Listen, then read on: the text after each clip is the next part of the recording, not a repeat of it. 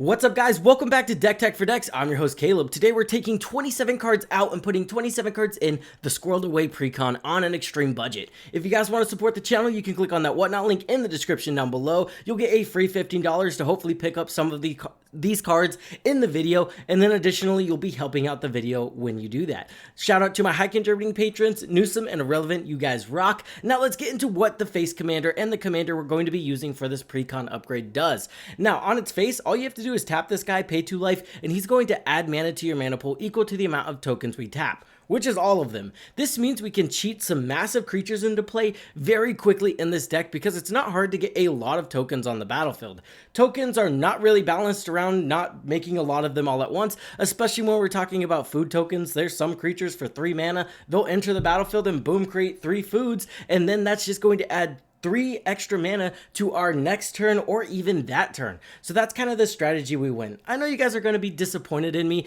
because I'm not going the Squirrels tribal route. I really wanted to, but when I started looking at the deck list, it just became very apparent these squirrels aren't very good, and I'd have to change a lot of the deck to make the squirrels very good, and to do that, I want to have no budget restrictions. That way I can make the best squirrel tribal deck I can possibly churn out. So I'll make you guys a deal. If we get this Precon upgrade to 700 likes, I will build a non-budget version of this Precon, and we will focus on the squirrels solely. That way you can't be too mad at me, right?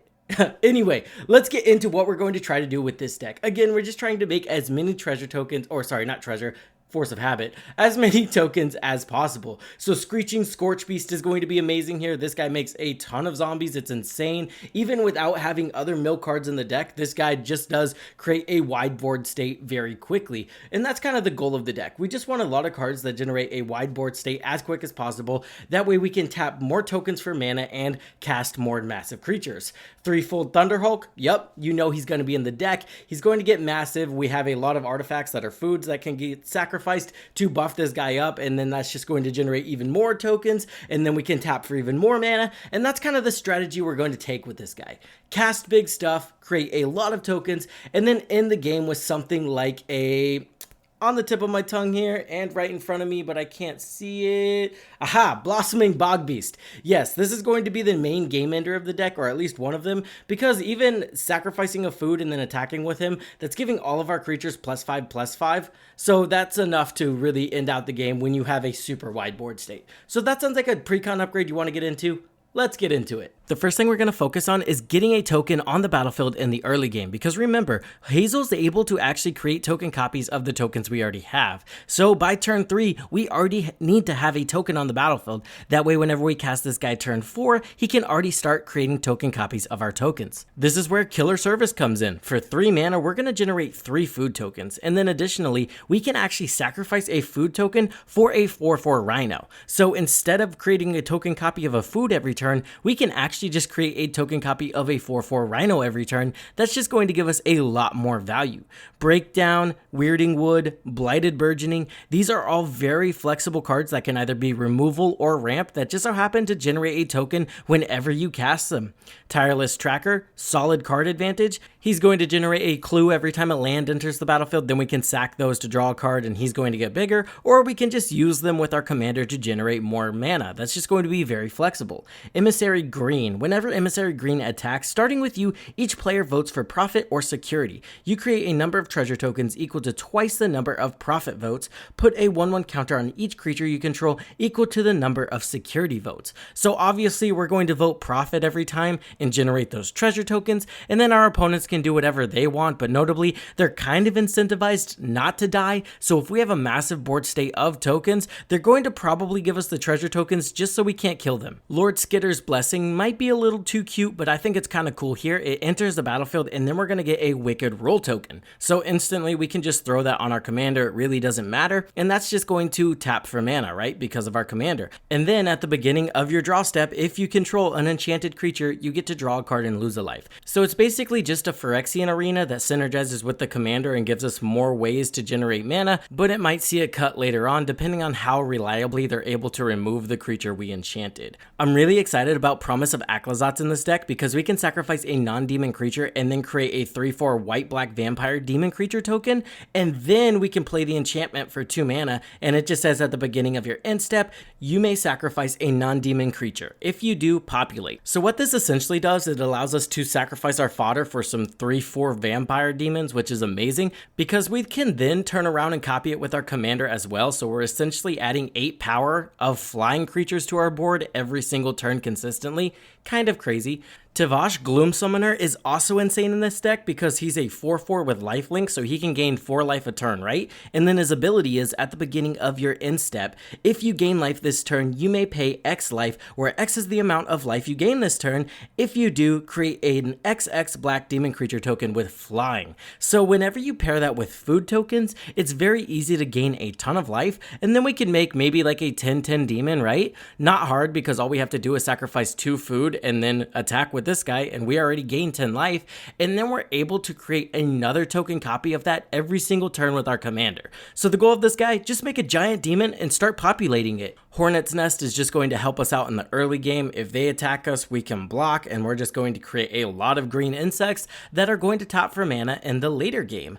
Great Unclean One is kind of cool here. At the beginning of your end step, each opponent loses 2 life.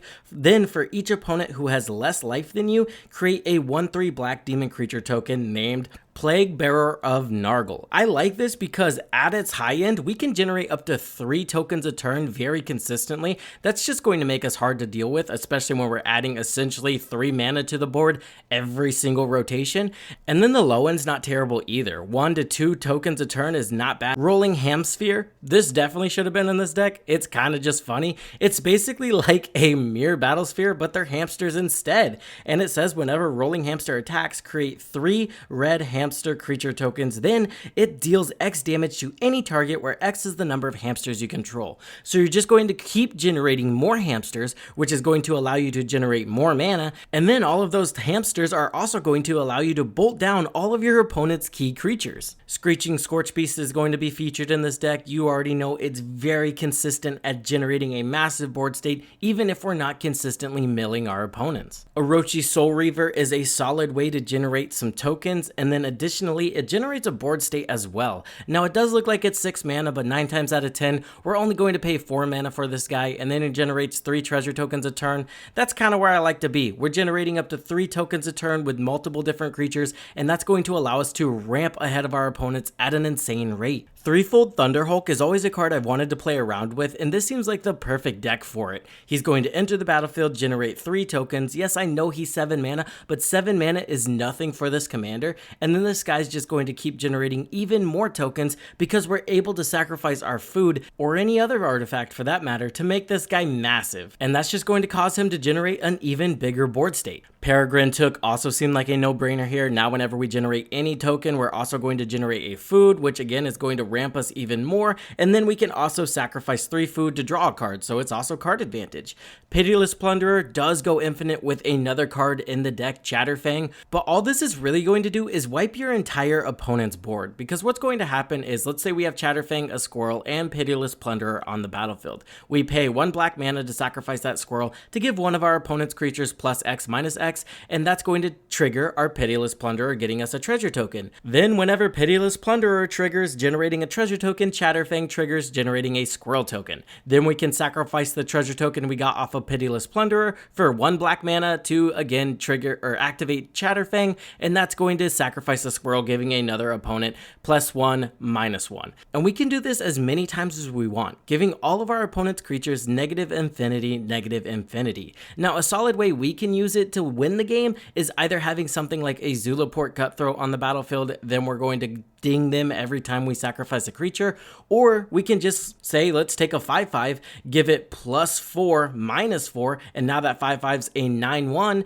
and we can use that to attack our opponents with their empty board state, and that's going to kill them pretty fast. Bramble Familiar is just going to allow us to double up on all of our non-legendary creatures. Remember, our commander generates a ton of mana, so paying an extra 2 per creature is not hard in this deck. Evolutionary Leap is one of my favorite budget sack outlets that also doubles as card advantage because it ensures assures that you're going to get another creature whenever you sacrifice one. Azuri's Predation seemed solid here. It's a one-sided board wipe, and token strategies really love one-sided board wipes. And then additionally, it's just going to give us a huge board state of beasts that are going to be able to tap to add mana now because of our commander. God Eternal Bantu is a way we can turn all of those creature tokens we created into card advantage. Now, this won't come up a lot, but I will say, if you go ahead and cast God Eternal Bantu and sacrifice him before you let his ETB trigger resolve, you will actually put him on the top of your library first and then draw him with his trigger, assuming you sacrificed enough creatures. Kind of a crazy interaction there, I thought I'd let you know. Crowded Crypt is in the deck as a form of protection. I will say this goes crazy with Chatterfang and Pitiless Plunderer because we get infinite zombies, but notably it's just in case they wipe our entire board. This ensures that we won't have nothing, right? If they kill all of our creatures, we get a ton of corpse counters on this, and then we can go ahead and sacrifice it, and boom, we've got a bunch of zombies. Now, notably, they have Decayed, but we're probably tapping them for mana anyway. And then additionally, I do want to point out, on its face, it's just a 3 mana rock. We're also going to include Marin of Clan Neltoth, kind of a pet card of mine, but she's pretty useful to make sure we keep all of our key creatures in our hand and out of the graveyard. And then if we get enough experience counters on her, we can just flat up cheat creatures from our graveyard directly into play. We're also going to be playing Phyrexian Arena just for some solid, consistent card advantage. Greed seems solid here as well, just because we are gaining a lot of life with our food. We're going to have a lot of mana to dump into this, and additionally, it's just going to be some insane card advantage. I did want to put Villas in here instead, but turns out Villas pretty expensive. Blossoming Bogbeast, this is one of the game enders in the deck. We can use food to gain a ton of life, and then all we have to do is attack with this guy, and then our board that we've been going wide with the whole time is now just massive. Swiftfoot Boots is just in here for some solid protection. Our commander is kind of vital to the game plan, so we kind of want to keep him alive. And that's going to do it for the deck tech, guys. Remember, don't get too mad at me that I didn't take it in the Squirrel Tribal route. If you guys want that 700 likes, I know we can get there. Be sure you like, comment, and share just to make sure. And with that being said, I would like to shout out my patrons, Newsome, Excessum, Praetor, Irrelevant, and Chicken Salad. You guys are amazing. I hope this helped you guys in your deck building endeavors, and I will see you in the next one.